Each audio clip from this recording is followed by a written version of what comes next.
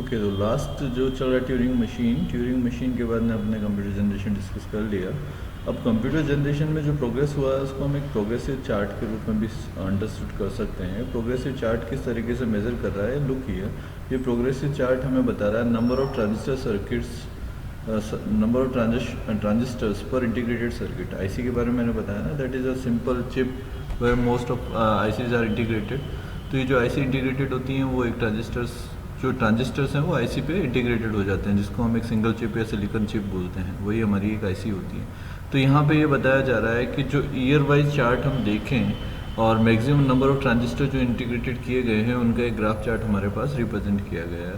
उसमें आपको चार्ट में दिख रहा है जैसे इन्वेंशन ऑफ द ट्रांजिस्टर्स कब हुए। इन्वेंशन ट्रांजिस्टर्स वो हुए 1945 के अराउंड से, और उनके अंदर नंबर ऑफ ट्रांजिस्टर्स कितने इंटीग्रेटेड होते गए अकॉर्डिंग टू कोर 2D और कोर i7 पे आप नंबर ऑफ फिगर्स देख सकते हैं, जैसे 1, 10, 100, 1000, 10,000, 1 लाख, 10 लाख, ठीक है। फिर आपके पास 10 लाख के बाद में 100 लाख, 1 करोड़ और मोर एंड मोर आगे बढ़ते गए। तो ये क्या बता रहा है, ये बता रहा है कि number of transistors per integrated circuits are here, ठीक है। इन्हीं के आधार पे हमारे क्या है जनरेशन में जो कोर 2DO है, P4 है, क्वाड कोर है, i3 है, i5, i7, वो नंबर ऑफ ट्रांजिस्टर जो आईसी पे इंटीग्रेटेड होते हैं उनकी रेंज होती है, ठीक है। तो बेसिकली ये तो हुआ हमारे कंप्यूटर का आर्किटेक्चर जो हमने पढ़ा।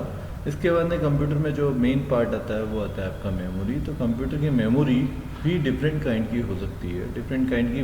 वैसे बेसिकली कंप्यूटर की दो तरीके की मेमोरी होती है, एक होती है प्राइमरी और दूसरी होती है सेकेंडरी, ठीक है। बट प्राइमरी और सेकेंडरी के बीच में भी एक वर्किंग मेमोरी होती है, वो एक अलग टाइप की हो गई। फिर प्राइमरी और सेकेंडरी मेमोरी को भी हम डिफरेंट काइंड में डिवाइड कर सकते हैं, तो उनकी मेमोरीज के टाइप डिफ्रेंशिएट हो जाते हैं। बेसिकली हमें मेमोरी में ये अंडरस्टूड करना है कि कंप्यूटर को रन टाइम में जो मेमोरी मिलती है उसको तो हम बोलते हैं प्राइमरी मेमोरी, और जो कंप्यूटर में डेटा को परमानेंटली स्टोरेज करने के लिए जो मेमोरी चाहिए वो हमारी कहलाती है सेकेंडरी मेमोरी, ठीक है। तो सेकेंडरी मेमोरी को हम ऑक्सिलरी मेमोरी भी बोल सकते हैं, और सेकेंडरी मेमोरी हमारे डेटा को बैकअप लेने के लिए ज़्यादा इंपॉर्टेंट होती है। प्राइमरी मेमोरी जो होती है वो बेसिकली कंप्यूटर में जब भी हम इनपुट देते हैं तो उस इंस्ट्रक्शंस के लिए ऑपरेशंस को तैयार करना और उसको एग्जीक्यूट करने के लिए रिक्वायर्ड होती है। तो फास्टेस्ट मेमोरी की बात करें तो हमारे पास प्राइमरी और सेकेंडरी में जो फास्ट मेमोरी होती है वो तो हमारी प्राइमरी मेमोरी हो जाती है। तो understood memory is very important in computer system because it is a component. और मैंने 3 मेन कंपोनेंट आपको बताए हैं, एक ALU बताया, एक CPU बताया और एक MU बताया। अब हम बात किसकी कर रहे हैं, MU की बात कर रहे हैं। MU इज़ मेमोरी यूनिट, ठीक है। तो कंप्यूटर में बेसिकली हम 2 यूनिट मेमोरी को समझते हैं, प्राइमरी और सेकेंडरी।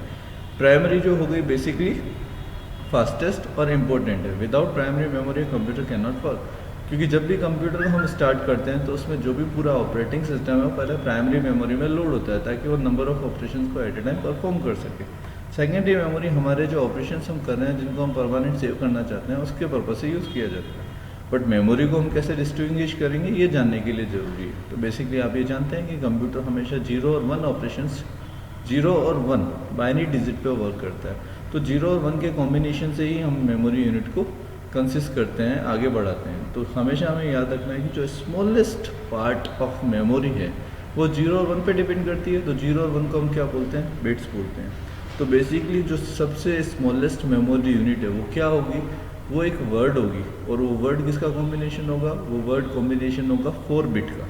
इट मीन्स अगर आपसे पूछा जाए स्मॉलेस्ट मेमोरी यूनिट क्या है, तो स्मॉलेस्ट मेमोरी यूनिट हम बोल सकते हैं there is a 4 bit that is called word. जब ये वर्ड बनता है तो a 4 bit word is called nibble. मतलब हमारे पास जो मेमोरी यूनिट है, जो सबसे छोटा यूनिट है, वो कहलाता है निबल। और निबल क्या होता है, निबल होता है 4 बिट वर्ड, मतलब 4 बिट का वर्ड, जैसे 1001, 1010। तो ये 1001, 1010, 0010, these are the examples that are the 4 bit group. ये 4 बिट ग्रुप हमारे लिए क्या कहलाते हैं, निबल कहलाते हैं। और निबल, जब 2 निबल हम लेते हैं तो वो कितने हो गए, 4 और 4 8 बिट। 8 बिट वर्ड जो होता है वो हमारे लिए क्या कहलाता है, बाइट। याद रखना क्या कहलाता है वो हमारे लिए, बाइट। तो it means a 2 nibble word is called bite.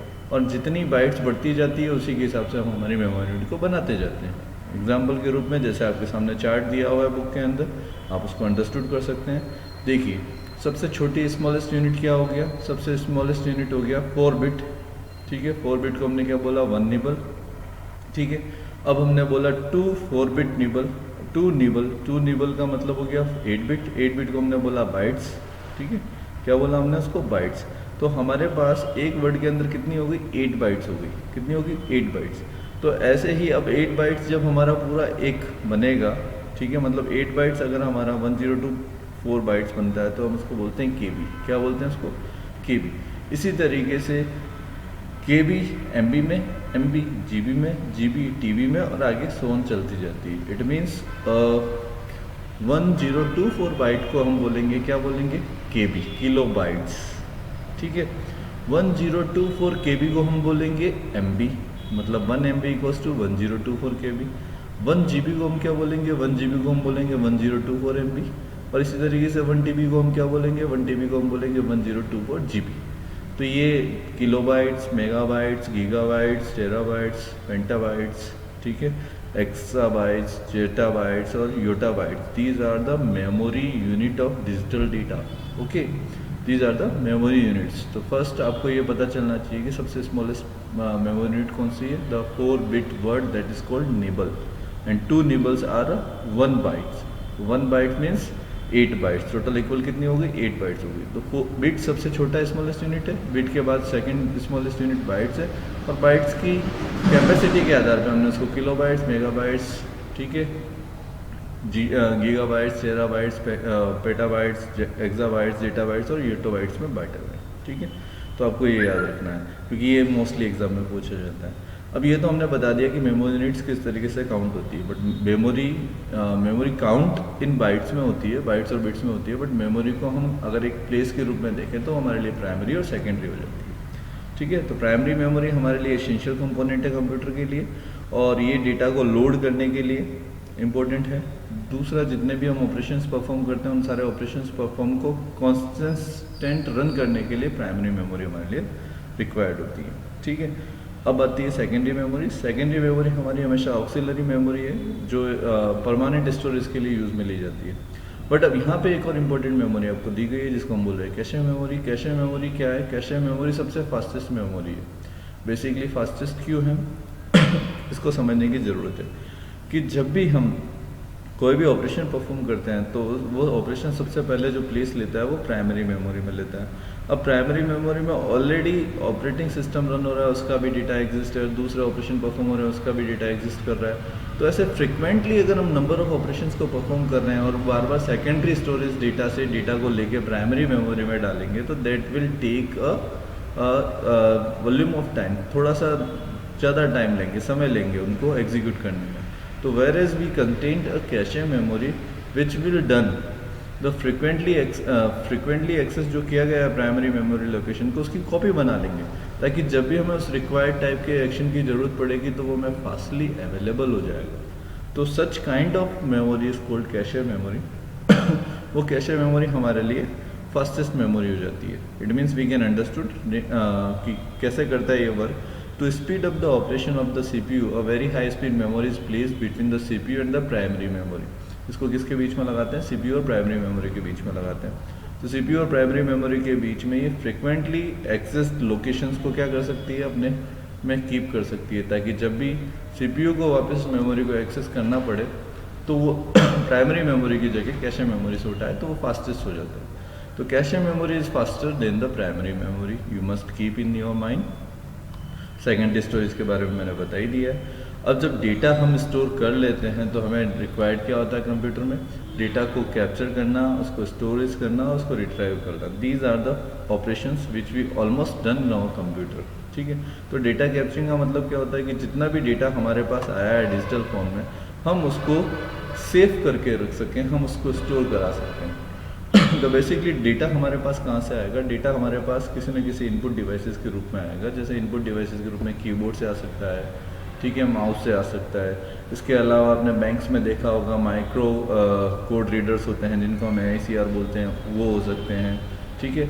ऐसे बहुत सारे डिवाइसेस होते हैं जिनसे हम डेटा को रीड कर सकते हैं। तो डेटा को कैप्चरिंग करने के लिए हमारे पास मोस्टली जो डिवाइसेज होंगी वो इनपुट डिवाइसेज होंगी और इनपुट डिवाइसेज को हम यूज़ करके क्या कर सकते हैं, डेटा को कैप्चर कर सकते हैं। डेटा कैप्चर होने के बाद में डेटा को हमें परमानेंटली स्टोर करना होता है, तो परमानेंटली स्टोरेज करने के लिए हम सेकेंडरी मेमोरी का यूज़ करते हैं, उसी को हम बोलते हैं डेटा स्टोरेज।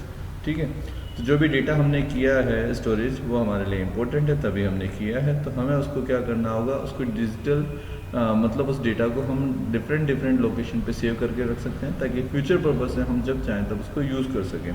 तो उसके लिए हमें डेटा सर्वर भी बनाने होते हैं या जनरली आप देख सकते हो कि जैसे आपने एक सिस्टम परचेज़ किया है, तो आपके सिस्टम में हार्ड डिस्क लगी हुई है जो कि सेकेंडरी स्टोरेज डिवाइस है, और उस हार्ड डिस्क के भी हमने 3 पार्टीशन कर रखे हैं। 3 पार्टीशन का मतलब हमने उसका फर्स्ट मतलब CDEF हमने बना रखा है। तो CDEF हमारा क्या बन रहा है, CDEF हमारा बेसिकली सेकेंडरी स्टोरेज डिवाइस बन रहा है। तो secondary storage device, just a minute, ठीक है, सेकेंडरी स्टोरेज डिवाइस हमारा क्या बताता है, सेकेंडरी स्टोरेज डिवाइस हमारा डिफरेंट लोकेशन पे डेटा को स्टोर करने के लिए काम आता है, तो उसको हम बोलते हैं data storage. Data retrieval, it is very important part. Data retrieval का मतलब होता है कि जब भी हम डेटा को स्टोरेज डिवाइस से फेच करते हैं उसको हम बोलते हैं data retrieval. It means the data that is saved on a particular location and we are required to access, that is called data retrieval, उसको हम data retrieval बोलते हैं। इसकी बहुत सारी टेक्निक्स हैं और उसको यूज़ करने के बहुत सारे तरीके हैं, वो हमारे सारे डेटा रिट्राइवल में कहलाते हैं। ठीक है, अब बात आती है कि अगर हमारे से डेटा डिलीट हो जाए या डेटा को रिकवरी करनी हो, तो हम उसको बोलते हैं डेटा डिलीशन एंड रिकवरी। ठीक है, ये एक बहुत ही इंपॉर्टेंट रोल है, क्योंकि अगर कभी एक्सीडेंटली हमारे से डेटा जो इम्पोर्टेंट है वो डिलीट हो जाए या करप्ट हो जाए, तो उसको वापस रीगेन करना थोड़ा सा टिपिकल हो जाता है, क्योंकि फिर हमें उसमें रिकवरी टूल्स और रिकवरी सॉफ्टवेयर यूज़ करने होते हैं। तो by default we want to be keep the safe data, so accidentally we don't have to delete the data, and if we deleted data, अगर डेटा डिलीट हो गया तो उसको रिकवरी के लिए हमें कुछ ना कुछ ऑप्शंस यूज़ करने पड़ते हैं। वो ऑप्शंस डेटा डिलीशन और रिकवरी में हम यूज़ कर सकते हैं।